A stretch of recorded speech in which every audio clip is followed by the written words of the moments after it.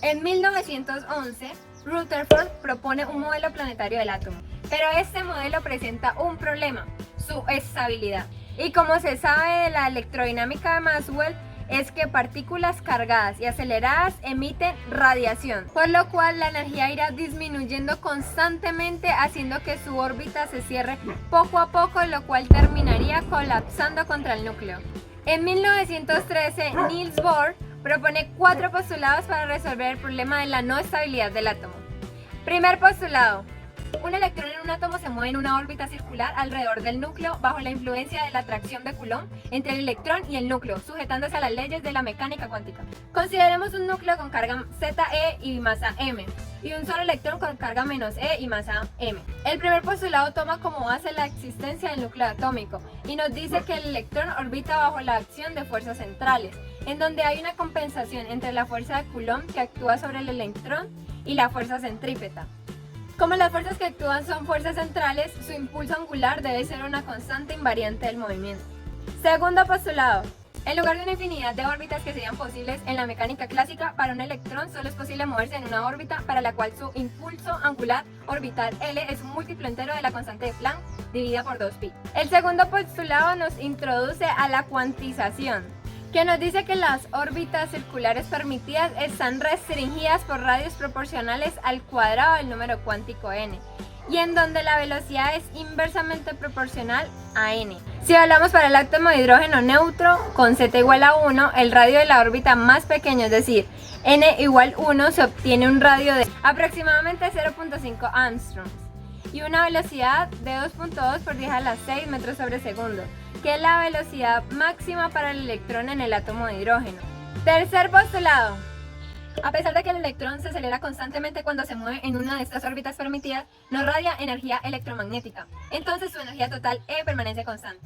Calculamos entonces la energía total del electrón que se mueve en una órbita permitida, que sería la suma de la energía cinética más la energía potencial.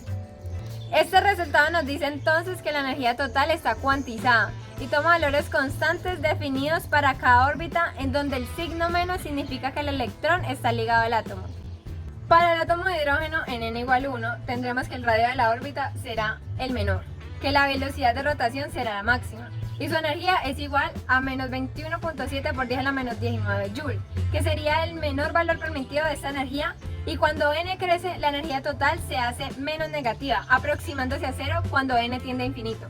Y ese estado de menor energía se le conoce como estado base, y es el estado más estable del electrón. Podemos ver que las distribuciones de energía para el átomo de hidrógeno son equidistantes, siendo más amplias para los estados de menor energía, a diferencia, por ejemplo, de la distribución de energía del cuerpo negro, que es siempre la misma.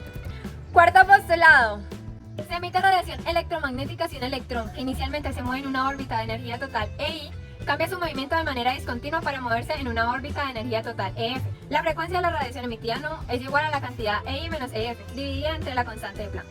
Esto nos dice que si el electrón cambia de una órbita a otra, es decir, cuando realiza saltos cuánticos, se emitirá radiación electromagnética. Estos resultados son las longitudes de onda de las líneas que constituyen el espectro, y que para el hidrógeno con transiciones en las cuales el número cuántico final sea igual a 2. Podemos observar que es idéntica a la serie de Balmer del espectro del hidrógeno, y en donde Bohr hizo el cálculo para el valor de Rb y se dio cuenta que concordaba con el valor experimental de la constante de Rydberg, dándole sentido físico a dicha fórmula. Podemos concluir que Bohr establece un modelo del átomo en donde los radios permitidos están cuantizados de manera regular, y por eso la emisión y absorción de luz se debe a la transición del electrón de una órbita a otra, como se establece en el cuarto postulado, mostrándonos las longitudes de onda de las líneas del espectro para valores específicos de cualquier átomo. Este modelo fue comprobado con el experimento realizado por James Franck y Gustav Ludwig Hertz. Este consiste en un tubo en el cual se le introduce vapor, en este caso de mercurio, que contiene un cátodo C que emite electrones por el calentamiento de un filamento, los cuales son acelerados aplicando una diferencia de potencial VG hacia una rejilla R, en donde la mayoría de los electrones la atraviesan. Luego se encuentran con un potencial de frenado aplicado entre la rejilla y la placa colectora P. Los que alcanzan a llegar a la placa generan una corriente emitida por el amperímetro, que se grafica en función del potencial VG para un valor constante del potencial de frenado VR. Los resultados mostraron que cuando se aumenta el potencial VG, la corriente también aumenta. Cuando el potencial acelerador alcanza un valor de 4.9 volts, la corriente experimenta un descenso brusco y luego volvía a crecer, repitiéndose así las oscilaciones. Esto puede entenderse ya que pueden producirse dos tipos de colisiones. Las colisiones elásticas entre los electrones emitidos por el cátodo y los átomos de vapor de mercurio, en donde los electrones serán desviados por los átomos de mercurio, pero su energía cinética no cambia durante la colisión. Entonces estos podrán alcanzar la placa y generar la corriente en el circuito. Y las colisiones inelásticas, que cuando los electrones alcanzan una energía de 4.9 electronvolts, una fracción de estos electrones excitan a los átomos de mercurio. Si se aumenta el potencial VG por encima, la corriente empieza a aumentar nuevamente. El descenso brusco de la curva indica que los electrones con una energía menor de 4.9 volts no pueden transferir su energía al átomo de mercurio y tampoco emitía líneas espectrales. Pero cuando era un poco mayor esta cantidad, su espectro consistía en una sola línea, lo cual es consistente con el hecho de que la energía estuviera cuantizada, así como lo predice la teoría de Bohr. En 1924, el físico Louis de Broglie sugirió la idea de que la materia posee características onda y partícula, así como el fotón tiene asociado una onda de luz que gobierna su movimiento, en donde plantea una ecuación, relacionando el impulso de la partícula con la longitud de onda piloto. La idea que tenía era que la partícula viaja conjuntamente con la onda, pero esta hipótesis tenía un problema, en donde se estudió el comportamiento que debía tener la onda piloto. Y se dieron cuenta que la velocidad de la partícula es 2 veces la velocidad de la onda piloto. Por lo tanto, la onda se quedaría atrás, y esta fue una de las críticas de la escuela de Copenhague a la idea que tenía de Broglie. Por otra parte, Schrödinger renuncia a la idea de partícula clásica, impenetrable, localizable y numerable, y plantea que el universo solo está compuesto de ondas, y en donde la función de onda es la función fundamental de este universo. Introdujo el concepto de paquetes de ondas, que muestra una superposición de ondas armónicas que representa en el espacio de Hilbert a la partícula. Realizando los cálculos pertinentes para una partícula libre, relacionando la energía y la velocidad a la ecuación, se dieron cuenta que el paquete de ondas sí puede representar la dinámica de la partícula, porque su velocidad de propagación en grupo corresponde a la velocidad de la partícula. Pero eso también presentaba un problema, que tiene que ver con la dispersión de la partícula. Esto se demostró suponiendo un paquete de ondas unidimensional asociado a una partícula libre, que nos muestra que el paquete de ondas es un propagador con varianza en función del tiempo. No conserva ni su ancho ni su altura, es decir, el paquete va cambiando de forma. Y dejando expresada la función como una función real, podemos ver que la función se está hinchando y aplastando, es decir, está desapareciendo, en donde el tiempo de vida depende de la varianza. Aquí podemos ver que las partículas localizadas se dispersan rápidamente, por lo tanto el paquete de ondas no representa un universo estable.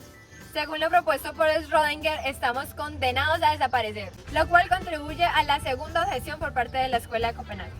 La función de onda implica que no se le da un sentido físico a la descripción de la partícula, que su comportamiento se basará entonces en problemas fundamentalmente estadísticos, en donde su ubicación, por ejemplo, se basará en conceptos de probabilidad.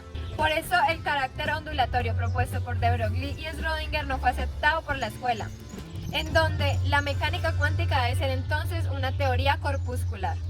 Los modelos corpusculares y ondulatorios los determina la naturaleza del experimento.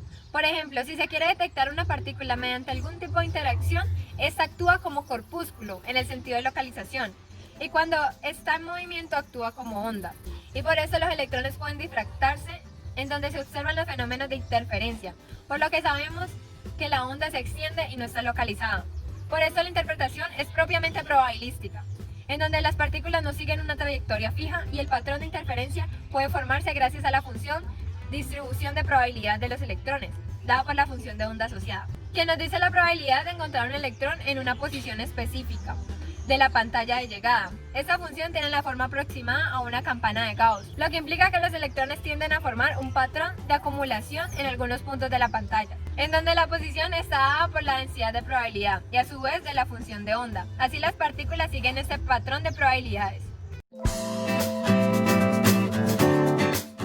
Consideremos el caso unidimensional de difracción de electrones, en donde estos electrones son disparados hacia una rendija de ancho delta x, y luego se capta en un detector el patrón de acumulación después de pasar por la rendija.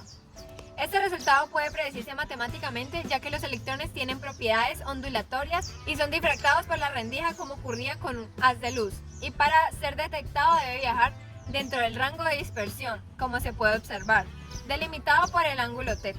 Por lo que sabemos de óptica ondulatoria, el poder de resolución se define como la longitud de onda de la onda asociada sobre 2 veces el seno de θ.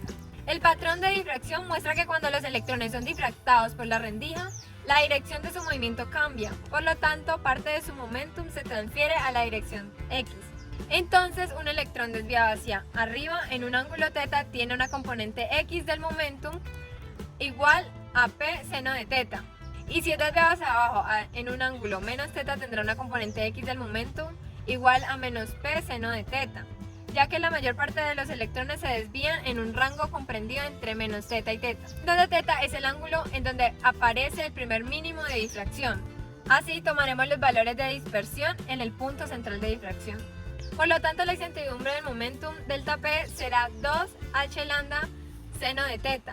Multiplicando ambas relaciones para delta X y delta P, obtenemos la relación entre la incertidumbre en la posición y la incertidumbre en el momentum, en donde esta última ecuación se conoce como el principio de indeterminación de Heisenberg, que indica que el producto de la incertidumbre de la posición del electrón a lo largo del eje X y la incertidumbre del momentum Px en el mismo eje es del orden de magnitud de la constante de Planck. El principio de indeterminación establece la imposibilidad de determinar simultáneamente la posición y momentum de un electrón. Es decir, si se aumenta la precisión en la medida de posición, disminuye la medida de momentum. Así, al medir la posición, exploramos sus propiedades corpusculares, ya que la distribución de probabilidad en la medida de la posición en una partícula puntual será básicamente corpuscular si su función de onda está localizada en una pequeña región del espacio. Pero si medimos su momento lineal, obtenemos información sobre sus propiedades ondulatorias, ya que la partícula está en un estado en el que el momento lineal tiene un valor muy bien definido. Entonces la función de onda será muy parecida a la onda plana de Broglie, que estará extendida en el espacio, y las distribuciones de probabilidad describirán propiedades fundamentalmente ondulatorias, en donde se pudo medir gracias a los experimentos de difracción como las franjas de impacto en el dispositivo de Young. Por esto, el principio de incertidumbre nos lleva a la conclusión de que es posible observar las propiedades corpusculares o las ondulatorias, pero no ambas a la vez, lo que hace evidente la necesidad de que los sistemas cuánticos se expresen en términos de probabilidad.